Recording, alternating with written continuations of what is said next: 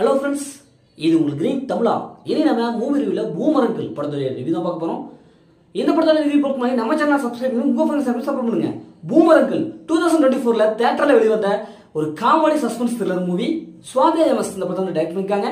யோகி பாபு, தங்கதுரை, பாலா, ஓவியா மற்றும் பல அந்த படத்தை நடிச்சிருக்காங்க. படத்துடைய கதையை பார்த்தலாம். படத்துடைய ஹீரோவான யோகி பாபு ஒரு ரஷ்ய பெண்ணை வந்து கல்யாணம் பண்ணிக்கிறாரு. கொஞ்ச நாள் அப்படியே இவங்களோட லைஃப் அப்படியே ஓரளவுக்கு போயிட்டு இருக்கு. திடீர்னு பார்த்தா யோகி பாபு அவங்களோட ஒய்ஃப்ல நடவடிக்கை ரொம்ப சுத்தமாக செட் ஆகவே இல்லை. கருத்து வேறுபாடு ஏகப்பட்டது வருது. இதனால தன்னுடைய ஒய்ஃப்ல இருந்து டைவர்ஸ் வேணும் அப்படின்னு சொல்லிட்டு கோர்ட்ல அப்பீல் பண்றாரு. உடனே கோர்ட் யோகி பாபு அவங்க ஒய்ஃப் இவங்க ரெண்டு பேர்த்தையும் அவங்களுடைய அரண்மனையில ஒரு கொஞ்ச நாள் தங்கி இருக்கணும் அப்படின்ட்டு ஒரு நிபந்தனை ஒன்று விதிக்குது. யோகி பாபும் அவங்களோட ஒய்ஃபும் அந்த அரண்மனையில தங்கத்துக்காக போறாங்க. இப்போ அந்த அரண்மனையில யோகி பாபாவால பாதிக்கப்பட்ட அவங்களோட ஃப்ரெண்டு அவங்க வராங்க. எப்படியாவது யோகி பாபா பழிக்கு பழி வாங்கணும், அவனே நிம்மதியாக சொல்லி விடக்கூடாது அப்படின்னு சொல்லிட்டு அந்த அரண்மனையில வராங்க. இப்ப இறுதியில யோகி பாபு அவங்க லைஃப்ல என்ன நடந்தது, யோகி பாபுவும் அந்த ரஷ்ய பெண்மணியும் இவங்க ரெண்டு பேரும் ஒன்று சேர்ந்தாங்களா இல்லையா, இந்த நண்பர்கள் யோகி பாபுவை பழி வாங்கினாங்க இல்லையா, ஓவியா வேற வருவாங்க. அவங்க எதற்காக வராங்க, இறுதியில என்ன ஆச்சு அப்படிங்கிறதா இந்த படத்துடைய உடனே. இந்த படத்துடைய பாசிட்டிவ்னு பார்த்தாவே படத்துடைய ஸ்கிரீன் பிளே ஓரளவுக்கு நல்லா இருக்குது. கதை ஓரளவுக்கு நல்லா இருக்குது. படத்தில் நடித்த யோகி பாபு, தங்கதுரை, பாலா இவங்களுடைய கேரக்டர் ஓரளவுக்கு நல்லா இருக்குது. காமெடி ஓரளவுக்கு எடுபட்டு இருக்கு. படத்துடைய பிஜி மியூசிக் சூப்பராக இருக்கு. ஏன்னா அந்த காமெடிக்கு சேர்ந்த ஒரு பிஜி மியூசிக் கொடுத்துருக்காங்க. மற்றபடி இந்த படத்தில் ப்ளஸ் இருக்குதா அப்படிங்கிறத இருக்குது. எனக்கு ரொம்ப தேடணும், நானும் யோசனை பண்ணி பார்க்குறேன். இந்த படத்துடைய ப்ளஸ்ஸை நமக்கு சிக்க மாட்டேங்குது.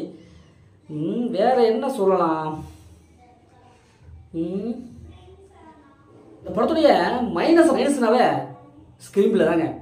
ஏன்னா ஃபர்ஸ்ட் ஹாஃப்ல இருந்து ஆரம்பிச்சு கடைசி வரைக்கும் ஒரு மொக்கத்தனமான ஒரு காமெடி ஸ்கிரீன் பிளேவை கொடுத்துருக்காங்க. அது காமெடிங்கிற பேர்ல இந்த ரோபோ சங்கரு, தங்கதுரை இவங்க அடிக்கிற லூட்டி எவ்வா என்னையா அது சும்மா கத்திக்கிட்டே இருக்காங்க, ஓயாம கத்திக்கிட்டே இருக்காங்க. அவங்க வந்து நம்மளை சிரிக்க வைக்கிறாங்க அப்படின்னு நினைச்சிட்டாங்க போல. ஆனா நமக்கு தான் ஒரு சிரிப்பு வரல. என்னடா இது இப்படி கத்துறாங்கப்பா, படம் பார்க்கலாமா இல்லை ஓடிடலாமா அப்படிங்கிறது இருக்குது. என்ன தேட்டரில் உட்காந்தவங்களோட மனநலமா அப்படி தான் இருக்குது. அதை கொஞ்சம் கரெக்ட் பண்ணி ஒரு டீசெண்டாக ஒரு லாஜிக்கான ஒரு காமெடி கொடுத்துருக்கலாம். லாஜிக் சுத்தமாகவே இல்லை. லாஜிக்லாம் தூக்கி ஓரங்கட்டி வச்சுட்டாங்க. ஏன்னா அந்த அளவுக்கு தான் அந்த ஸ்க்ரீன் பிளே இருக்குது. அது செகண்ட் ஹாஃப்ல இன்னும் என்னடா இது பாடா படுத்தாதீங்கப்பா, எப்பா சீக்கிரம் படத்தை முடிச்சுடுங்கப்பா அப்படிங்கிற தான் இருக்குது. அது கிளைமாக்ஸ் அதே மாதிரி தான். ஓவியா இந்த படத்தில் எதுக்கு வராங்க, அவங்க ஏதாவது வரணும், ஏதாவது இந்த படத்தில் வைக்கணும்ப்பா, ஏதாவது ஒரு கேரக்டர் கொடுத்தாங்கப்பா அப்படிங்கிறது தான் அந்த கேரக்டர் கொடுத்துருக்காங்க. ஓவியோட கேரக்டர் வந்து எதுக்கு வருதுன்னு தெரியல. அதே மாதிரி கிளைமேக்ஸில் அவங்க வர சீன்ஸ் எதுக்கு வராங்கன்னு தெரியல. அந்தளவுக்கு ஓவியோட கேரக்டர் வந்து வடிவமைச்சப்பட்டிருக்கு.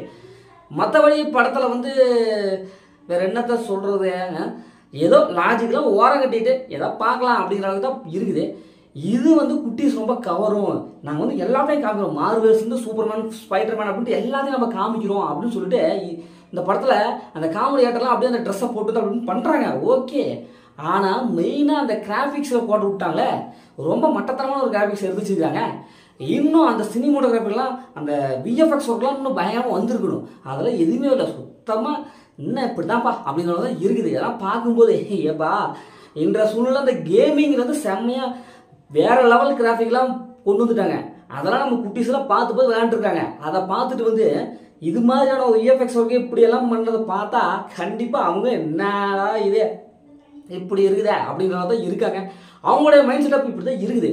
ப்ராக்டிக்கலாக என்ன ஒரு டெக்னிக்கலான அந்த கிராஃபிக் விஎஃப்எக்ஸ்லாம் என்ன போயிட்டு இருக்கோ அதெல்லாம் கொண்டு வந்திருந்தாங்கன்னா படத்துக்கு வந்து இன்னும் வந்து செம்மையாக வந்திருக்கும். இந்த படத்தை ஃபேமிலி பார்க்கலாம், கண்டிப்பாக ஃபேமிலி பார்க்கலாம். படத்தை அந்த மாதிரி எதுவுமே இல்லை.